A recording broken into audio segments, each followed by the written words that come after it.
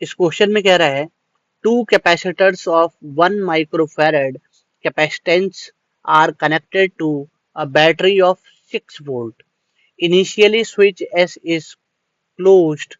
After some time S is left open and a dielectric slab of dielectric constant K equal to 3 are inserted to fill the completely the space between the plates of two capacitors. How will the charge and potential difference between the plates of the capacitor be affected after the slabs are inserted? ठीक ना।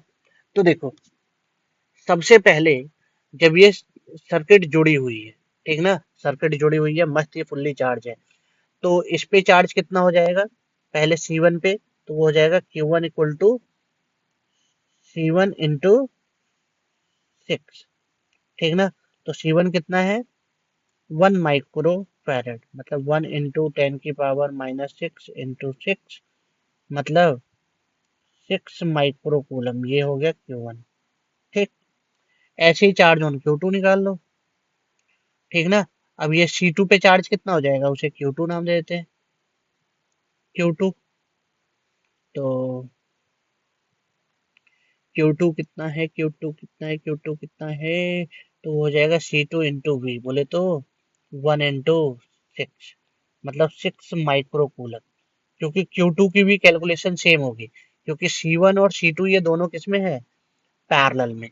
अब दोनों के across potential भी same है, V1 equal to भी 6 volt और V2 equal to भी 6 वोल्ट, क्योंकि दोनों पैरेलल में ही है। ठीक, अब देखो, उसके बाद हमने क्या करा, इस स्विच को कर दिया ओपन, स्विच ओपन किया, स्विच ओपन करते ही अब ये जो कैपेसिटर है C2, ये जो कैपेसिटर है C2, ये C2 हो गई डिस्कनेक्ट, डिस्कनेक्ट। अब डिस्कनेक्ट होते ही इसका तो बैटरी से कोई संपर्क ही नहीं है, इस वाले का अभी बैटरी से संपर्क है, ठीक ना। तो जो बैटरी से जुड़ी रहती है सॉरी, उस पे चार्ज के टाइम्स बढ़ जाती है, और जो डिस्कनेक्ट हो जाएगी उसकी चार्ज रिमेन्स कांस्टेंट, क्योंकि जब बैटरी जुड़ी नहीं है तो इसे चार्ज कौन करेगा, तो चार्ज कंजर्व है, तो मतलब जितनी चार्ज पहले रहेगी उतनी ही बाद में भी रहेगी। क्लियर। तो सबसे पहले C1 की चार्ज और पोटेंशियल डिफरेंस दोनों लिख देता हूँ, ठीक ना। सबसे पहले C1 की बात कर लेते हैं कि उस पे नया चार्ज और नया पोटेंशियल क्या होगा, तो उसका Q1 डैश इक्वल टू हो जाएगा K Q1, मतलब 3 इंटू 6, बोले तो 18 माइक्रो कूलम। और पोटेंशियल की बात करें तो अभी ये जो C2 है, C1 सॉरी C1, ये बैटरी से अभी जुड़ी हुई है, मतलब 6 वोल्ट ही है, तो V1 dash equal to 6 volt. तो पोटेंशियल में किसी तरह का कोई चेंज नहीं आया, लेकिन चार्ज 3 गुनी बढ़ गई है, क्योंकि इसकी डाइलेक्ट्रिक कांस्टेंट कितनी थी, 3, ठीक ना। बैटरी कनेक्टेड है, कैपेसिटेंस अगर डाइलेक्ट्रिक भरने पे 3 टाइम्स बढ़ जाए तो इसका मतलब उसकी चार्ज भी तो बढ़ जाएगी। ठीक, अब देखो, अब हम बात करते हैं C2 के लिए। अब C2 हो गई है डिस्कनेक्ट, C2 है डिस्कनेक्ट, तो उसकी जो चार्ज है Q2 डैश, उस पर कोई फर्क नहीं पड़ेगा, तो वो 6 माइक्रो कूलम ही रहेगी, क्योंकि चार्ज क्या है, कंजर्व, और बैटरी तो जुड़ी नहीं है जो इसे चार्ज कर दे।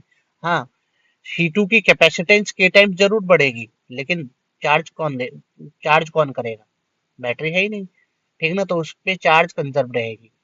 अब हम बात करते हैं पोटेंशियल की, V2 डैश, तो इस पे पहले पोटेंशियल थी 6 वोल्ट, ठीक ना। 6 वोल्ट होने के बाद आपने इसे डिस्कनेक्ट कर दिया, डिस्कनेक्ट करने के बाद डाइलेक्ट्रिक स्लैब भर दिया, तो इसकी जो नई पोटेंशियल है ना, वो पहले के टाइम्स हो जाएगी, मतलब अब हो जाएगी ये 6/3, कितनी, 2, तो V2 डैश इज 2 वोल्ट,